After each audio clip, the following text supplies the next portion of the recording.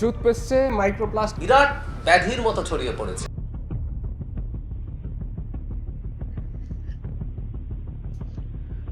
কয়েকটা সোজা প্রশ্ন দিয়ে আজকের আলোচনাটা শুরু করি। এই যে মাত্র নিঃশ্বাসটা নিলেন, আপনি কি নিশ্চিত এটা বাতাস ছিল? আজ সকালে দাঁত ব্রাশ করেছেন, আপনি কি নিশ্চিত শুধু দাঁতই পরিষ্কার করেছেন? আজ দুপুরে ভাত খেয়েছেন, সঙ্গে হয়তো ইলিশ মাছও ছিল, আপনি কি নিশ্চিত আপনার প্লেটে শুধু খাবারই ছিল? আর যদি কয়েকদিন পর কক্সবাজার বা কুয়াকাটা বেড়াতে যান, আপনি কি নিশ্চিত প্রকৃতির খুব কাছাকাছি যাচ্ছেন, নাকি আরও এক অদৃশ্য কোনো বিপদের মুখোমুখি হচ্ছেন? যদি আমি বলি বাংলাদেশে এমন একটা জিনিস আছে যেটা আপনি দেখতে পান না, গন্ধ পান না, এমনকি স্বাদও নিতে পারেন না, কিন্তু আপনি প্রতিদিন সেটা খান, প্রতিদিন সেটা শ্বাস নেন, প্রতিদিন সেটা স্পর্শ করেন, এমনকি সম্ভবত আপনার শরীরেও সেটা ইতোমধ্যে পৌঁছে গেছে, এর নাম মাইক্রোপ্লাস্টিক। কিন্তু আজকের ভিডিওটা সারা বিশ্বের মাইক্রোপ্লাস্টিক নিয়ে না, আজকের ভিডিওটা বাংলাদেশের মাইক্রোপ্লাস্টিক নিয়ে। কারণ গত কয়েকদিন ধরে আমি 30টিরও বেশি গবেষণাপত্র, নিউজ রিপোর্ট, ল্যাব রিপোর্ট, বিশ্ববিদ্যালয়ের গবেষণা এবং সরকারি তথ্য ঘেঁটে একটা জিনিস বুঝতে পেরেছি, বাংলাদেশের নাম হয়তো মজা করেই মাইক্রোপ্লাস্টিক ল্যান্ড রাখা যায়। কারণ আজকে আমি যে তথ্যগুলো তুলে ধরবো সেগুলো যদি একটার পর একটা সাজিয়ে দেখেন, তাহলে বুঝবেন এটা কোনো একটা খাবারের সমস্যা না, কোনো একটা কোম্পানির সমস্যা না, কোনো একটা শহরের সমস্যা না, বরং এটা একটা প্যাটার্ন, একটা ভয়ঙ্কর প্যাটার্ন, যেটা হয়তো আমরা এতদিন দেখতেই পাইনি। আজ আমরা কোনো গুজব নিয়ে কথা বলবো না, ফেসবুক ইউনিভার্সিটি থেকে পাওয়া জ্ঞান নিয়েও কথা বলবো না। আজ কথা হবে ল্যাব টেস্ট রেজাল্ট দিয়ে, রিসার্চ পেপার দিয়ে, সায়েন্টিফিক ডাটা দিয়ে। এবং আমি চেষ্টা করব যেখানে বিজ্ঞান নিশ্চিত সেখানে নিশ্চিত হিসেবেই কথা বলতে, আর যেখানে বিজ্ঞান এখনও গবেষণা করছে সেখানে সম্ভাবনাকে সম্ভাবনা বলেই রাখতে। কারণ ভয় দেখানো খুবই সহজ, সত্যিটা বলা অনেক কঠিন।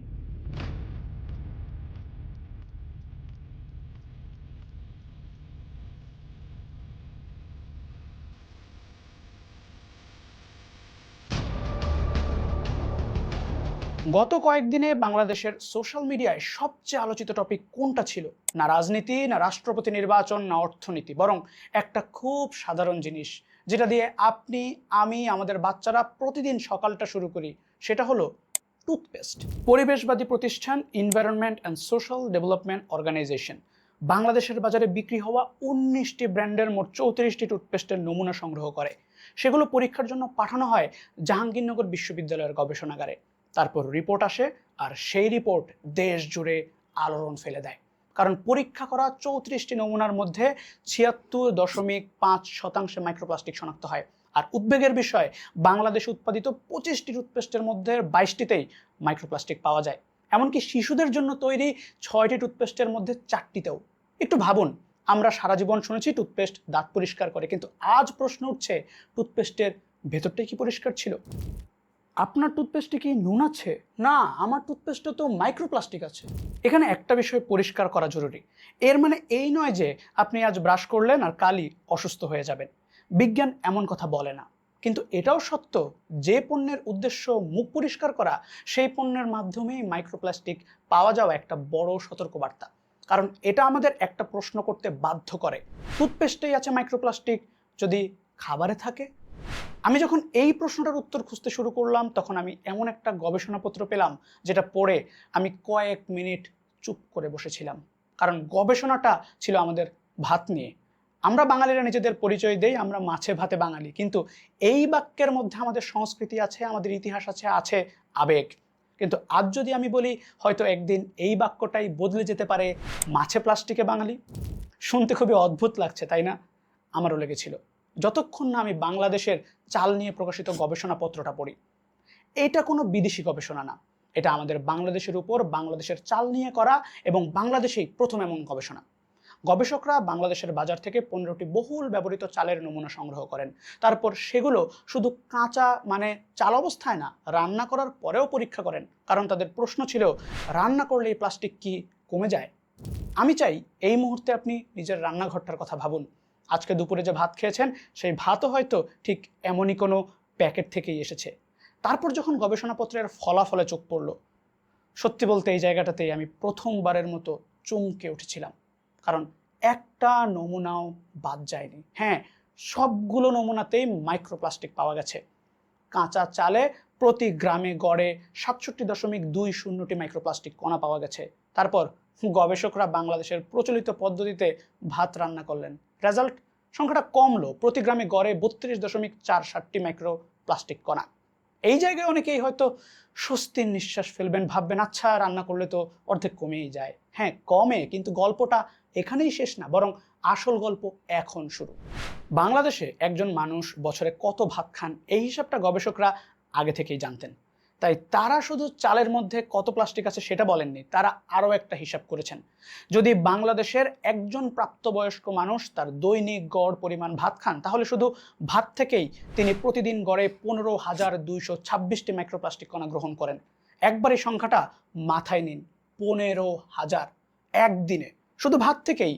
আমরা ছোটবেলা থেকেই শুনে এসেছি ভাত শক্তি দেয়, ভাত জীবন দেয়, ভাত ছাড়া বাঙালির খাবার অসম্পূর্ণ। আজ সেই ভাত নিয়েই এমন একটা গবেষণা সামনে এসেছে যেটা আমাদের সবাইকে অন্তত ভাবতে বাধ্য করে। এখন এখানে একটা গুরুত্বপূর্ণ প্রশ্ন আসে, এই প্লাস্টিক চালের ভেতর এলো কিভাবে? ধান গাছ তো প্লাস্টিক মাঠে জন্মায় না, তাহলে? গবেষকরা চালের ভেতরে বিভিন্ন ধরনের পলিমার শনাক্ত করেছেন, যেমন নাইলন, পিভিসি, এবিএস, নাইট্রাইল এবং আরও অনেক ধরনের সিনথেটিক উপাদান। কিন্তু গবেষণাটা এখানেই একটা গুরুত্বপূর্ণ সতর্কবার্তা দিয়েছে।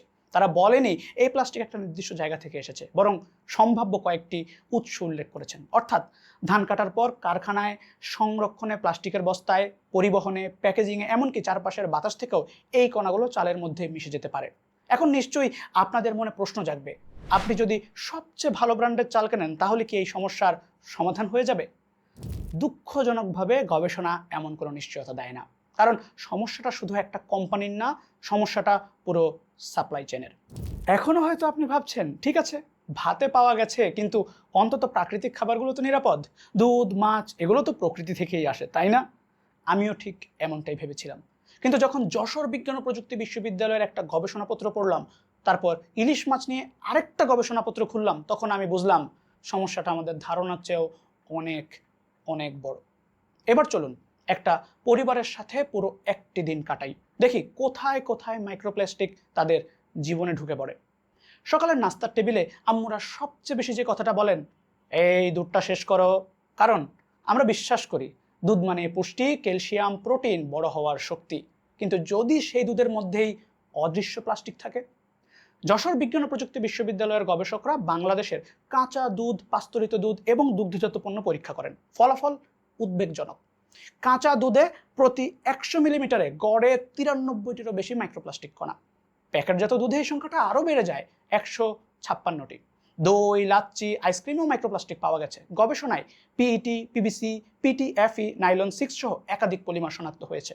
একটু খেয়াল করলে দেখবেন আমরা সাধারণত ভাবি প্যাকেটজাত খাবার বেশি নিরাপদ, কিন্তু এই গবেষণায় আরও প্রশ্ন তৈরি করছে।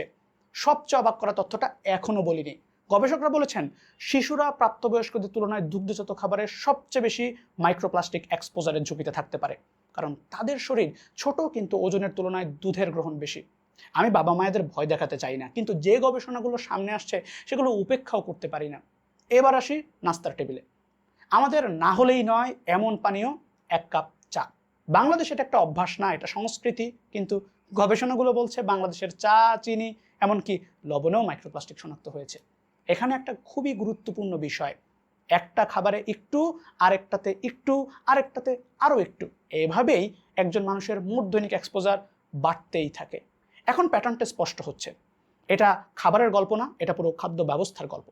আজ দুপুরের খাবারে আপনার বাসায় হয়তো ইলিশ মাছ রান্না হয়েছে। বাংলাদেশের ইলিশ শুধু মাছ না, এটা জাতীয় আবেগ, জাতীয় মাছ। কিন্তু এখন প্রশ্ন, ইলিশ কোথায় থাকে? নদীতে, সমুদ্রে? আর যদি সেই পানিতে মাইক্রোপ্লাস্টিক থাকে? বাংলাদেশের নদী ও উপকূলীয় অঞ্চলের মাছ নিয়ে করা বিভিন্ন গবেষণায় ইলিশ সহ একাধিক মাছের পরিপাকতন্ত্রে মাইক্রোপ্লাস্টিক শনাক্ত হয়েছে। সব গবেষণায় একই মাত্রা পাওয়া যায়নি, কারণ নমুনা, অঞ্চল ও পরীক্ষার পদ্ধতি ভিন্ন ছিল। কিন্তু সব গবেষণায় একটা সাধারণ বার্তা ছিল, সেটা হলো আমাদের জলজ পরিবেশ, মাইক্রোপ্লাস্টিক এখন বাস্তবতা। আর মাছ সেই পরিবেশেরই অংশ। এখন আজকের দিনের হিসাবটা করি। সকালে দুধ, চা, টুথপেস্ট, দুপুরে মাছ, ভাত, সারাদিন শেষে খাদ্য তালিকায় একই শব্দ আসছে, মাইক্রোপ্লাস্টিক। একটা সময় ছিল আমরা বলতাম বাইরের খাবার কম খাও, কারণ সেটা অস্বাস্থ্যকর। আজ গবেষণা আরো কঠিন একটা প্রশ্ন করছে, যখন ঘরের খাবার নিয়ে প্রশ্ন উঠছে তখন আমরা আসলে কোথায় নিরাপদ?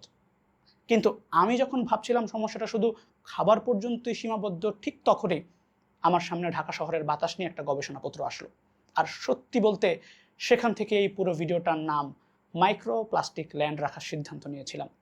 ধরুন আজ আপনি একটা পানির বোতল কিনলেন, পানি শেষ করলেন, তারপর রাস্তার পাশে ফেলে দিলেন। আপনার গল্প সেখানেই শেষ, কিন্তু বোতলটার গল্প সেখান থেকেই শুরু।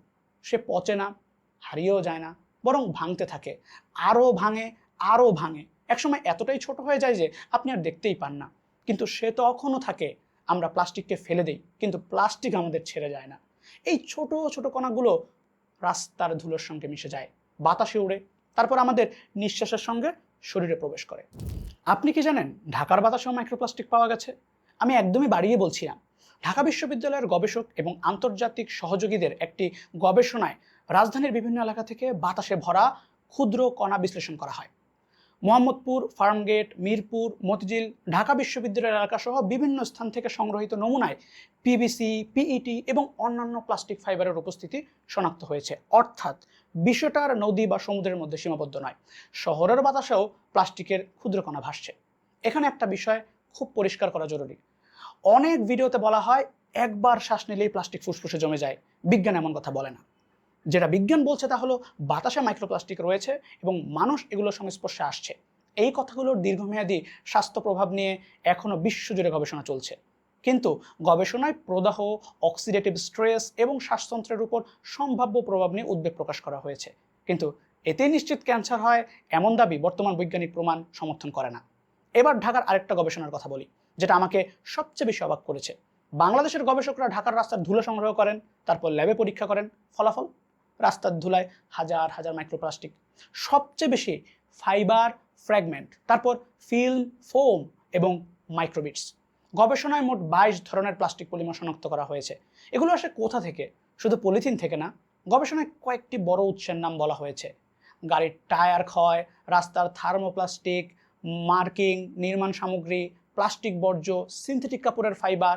অর্থাৎ আপনি যত আধুনিক শহর বানাচ্ছেন, যদি বর্জ্য ব্যবস্থাপনা ঠিক না থাকে, ততই অদৃশ্য প্লাস্টিক তৈরি হচ্ছে। সবচেয়ে ভয়ের অংশটা এখনো বলিনি। এই গবেষণায় একটা এক্সপোজার অ্যাসেসমেন্টও করা হয়েছে, অর্থাৎ একজন মানুষ প্রতিদিন কতটা মাইক্রোপ্লাস্টিকের সংস্পর্শে আসতে পারে সেটা অনুমান করার চেষ্টা। গবেষকদের হিসাব অনুযায়ী ঢাকার একজন প্রাপ্তবয়স্ক মানুষ প্রতিদিন গড়ে প্রায় 1600টিরও বেশি মাইক্রোপ্লাস্টিক কণা শ্বাসের মাধ্যমে গ্রহণ করতে পারেন।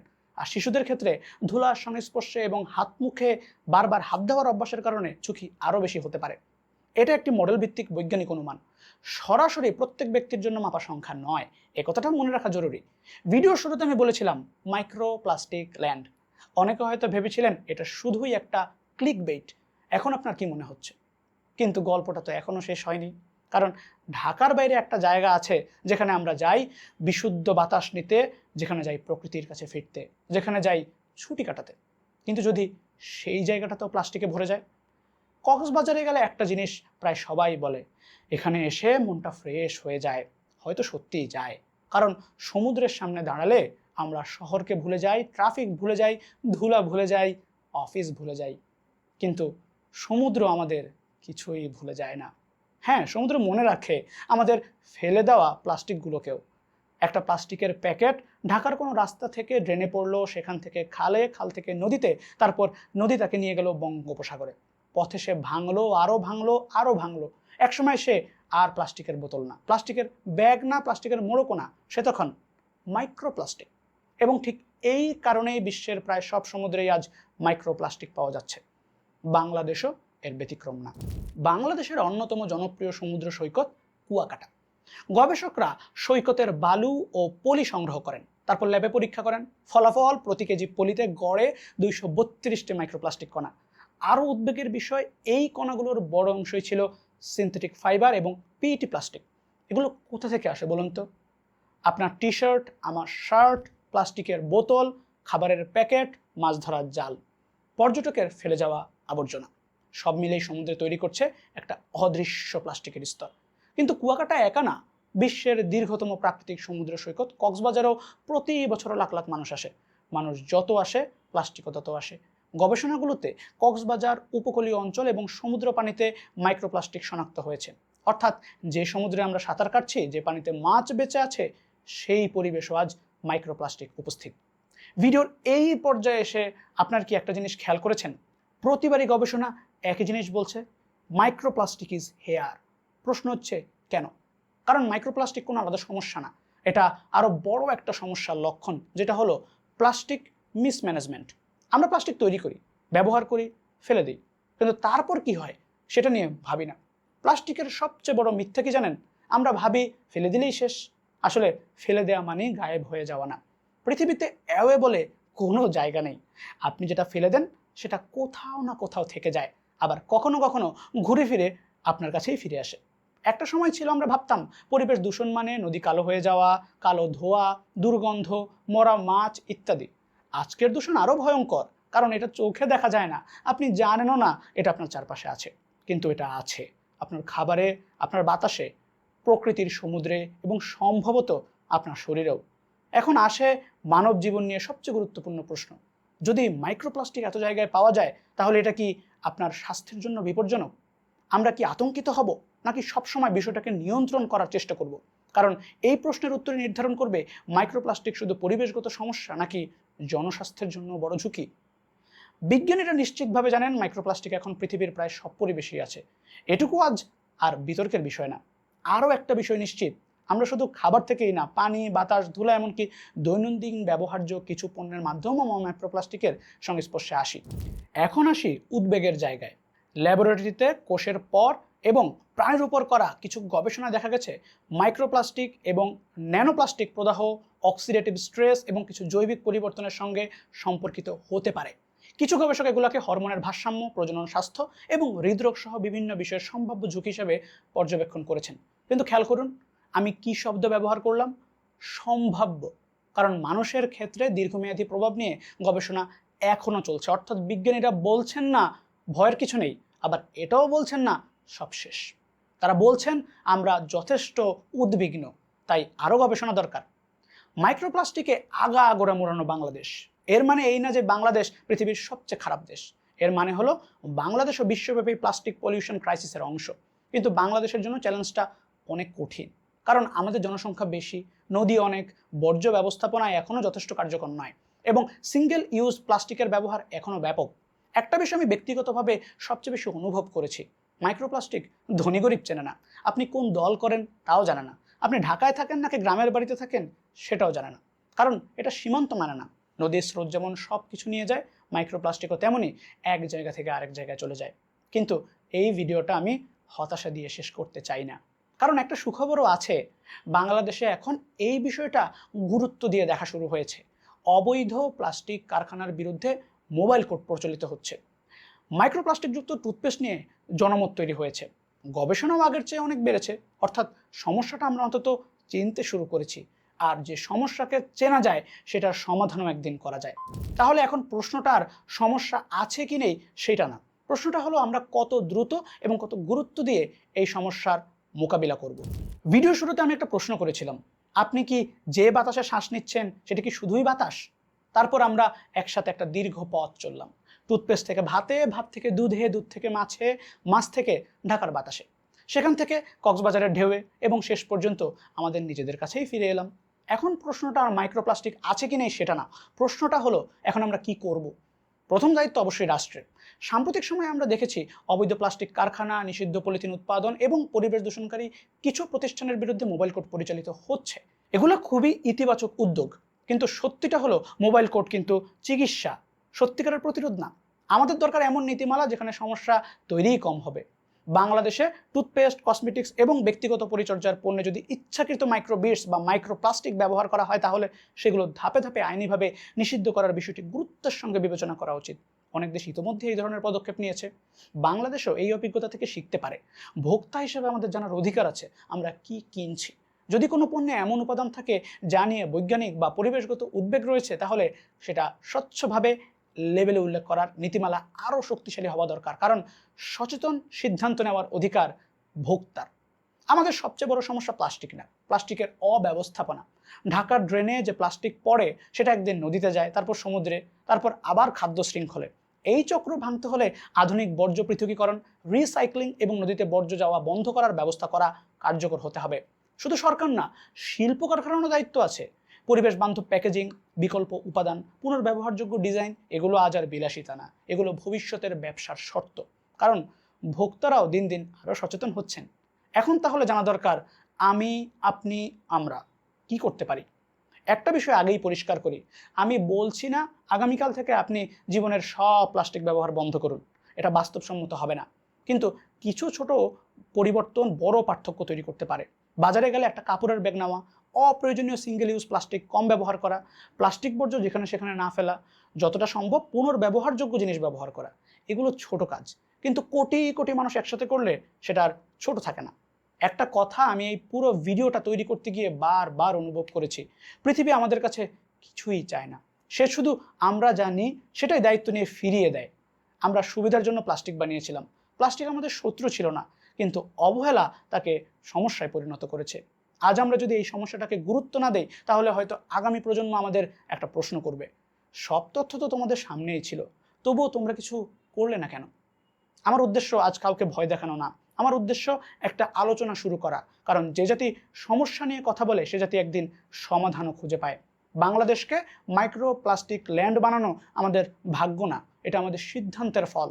আমরা সঠিক সিদ্ধান্ত নিলে একদিন এই গল্পটাও বদলে যেতে পারে।